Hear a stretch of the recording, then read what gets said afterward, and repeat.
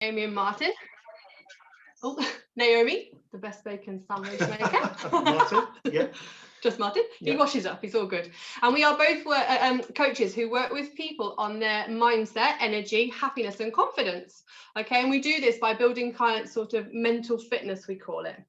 So today we are here to talk about confidence as well. So I always like to start off, I always do like a little definition. So what actually is confidence? So when I searched it up, it is the feeling or belief that one can have faith in or rely on someone or something. And we hear it all the time, don't we? Build your confidence, go push yourself, step out of those comfort zones. But I like to think, if it was that easy, what actually then stops us? What stops you from being confident? What is it that knocks your confidence? And when I look back, and when we've looked back at the definition, there is a key word in there, and that is belief. All right. And our beliefs run us. They are always there. And pretty much all of our decisions are based upon our belief. Okay. Our beliefs that we've got. So when you've got something new starting up, I want you to think of something that you've wanted to do, wanted to start doing that you've never done before. How do you feel about it? You usually got a bit of excitement. There's a bit of nervousness there. You can be a bit scared maybe. All right. But more importantly, do you ever ask yourself the question, can I do this? Do you believe that you can do it? Okay. And this is key. Because how you speak to yourself is either going to make or break your confidence to actually even get started. So our levels of confidence, we believe, are therefore the results of our beliefs in ourselves and our capabilities. Yeah, and when we think of beliefs, I want you to think about how we actually use the power of belief against ourselves. It's really easy to believe something negative about ourselves, isn't it? Like how easy do we find that? We can easily find evidence of the negative things, but how well can we transfer that and turn those into positives?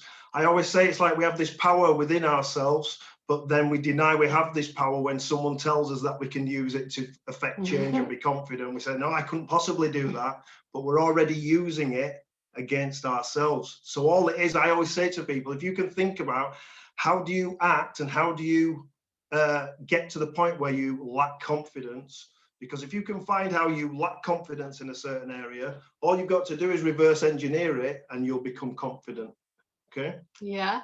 So two factors come into play when we talk to clients about confidence. The first one is always the fear of what other people think of you. Anybody got that? Raise your hands. Who's scared of what other people think of you? Other people's opinions. So we've all been there. You've announced something. You're excited about this new thing and you're going to get ready to get started. You tell people. And what happens is it opens up a door to everybody's opinion on what you are about to do. Okay. Some people are fantastic. They are going to fully back you. They're going to encourage you. They'll offer tips for you to use to move forward with. There is also another group of people. All right. These are the people that I like to call the dream stealers of the world. Okay. They tend to respond with, what are you doing that for? Or I wouldn't do that if I were you. And they're absolutely, oh, we're about to get a delivery. How about that? Delivery man. What would you do that for? And where does your confidence then go? Okay, your confidence disappears. It goes out of the window along with any excitement that you had, any goals that you had, any plans and any dreams that you had. So our top tip, he's back. Our top tip is when it comes to the opinions of others, think about who is best to support you in those early days of getting started. People are going to give you their opinion based on their own level of ability of what they think they could do, their own failures, their own limitations. And if they believe that they couldn't do it, they certainly are not going to believe that you can do it too. Yeah, and so when you think about that and taking that a step further, what other people think of us actually has no effect on us, does it? What other people think can have no effect, but it's what we think about what they think that actually affects us. So it's only ourselves that we have to think about in terms of what we're going to do, okay? And so, as Naomi said, we've got to surround ourselves with people who are going to help to build us up, all right? So find the encouragers of the world, because there's enough people who want to drag us down, isn't there? There's enough critics in the world. Can you find the encouragers? And we always say, and I want you guys to think about this today when it comes to yourself, are you in construction or demolition? All right? Are you in construction or demolition? Do you build things up, build people up, or do you tear them down? Because it takes quite a while to build things up, doesn't it? If you think of construction, building a building, but how long does it take to knock it down? It can be gone like that. So think about that today when you're supporting people. Are you in demolition or are you in construction? Yeah, cool. So the second thing that always comes up, and Jay covered this a little bit as well, is that fear of failure. Okay, so I've got another question for you. How good are you at something that you've never done before? How good are you at it? Okay, and we always talk about acceptance in this. Acceptance is key, and it is that you are probably going to mess it up the first time you try anything. And when you go into something new like that, thinking, actually, yeah, I'm probably going to mess it up, but that's okay. I'm not going to stop doing it. How does that now get you feeling about starting something new, about trying something new? We live in this world of social media perfection, okay? We see pictures and hear stories of successful businesses. We see toned bodies. We see these gorgeous works of art, okay?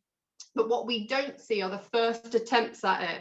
We don't see the time that's gone in to them getting to that position. We don't see the numerous failures along the way.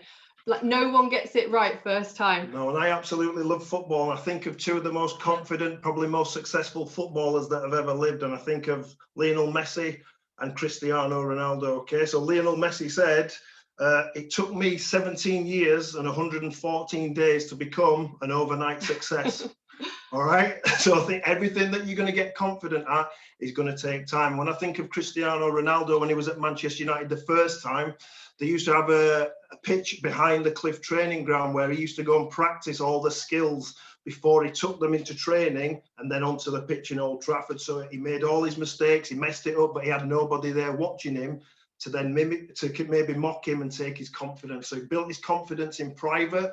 He took it to the next step and shared it with his teammates. And then when he was ready, then he took it to the world. Okay, so when you're thinking about building your own confidence, is that something that you can do? Start with yourself, take it to your encouragers, and then you're ready to unleash that onto the rest of the world. Okay. Yeah, it's really important. It does take time and practice to build whatever you're doing, and the more you do it, the more time and practice you put in, the more confident you will get.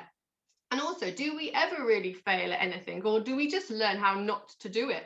When something hasn't quite gone to plan and you haven't ended up where you would quite like to be, I always ask myself two questions. Okay, what have I learned from this, and what would I do differently next time?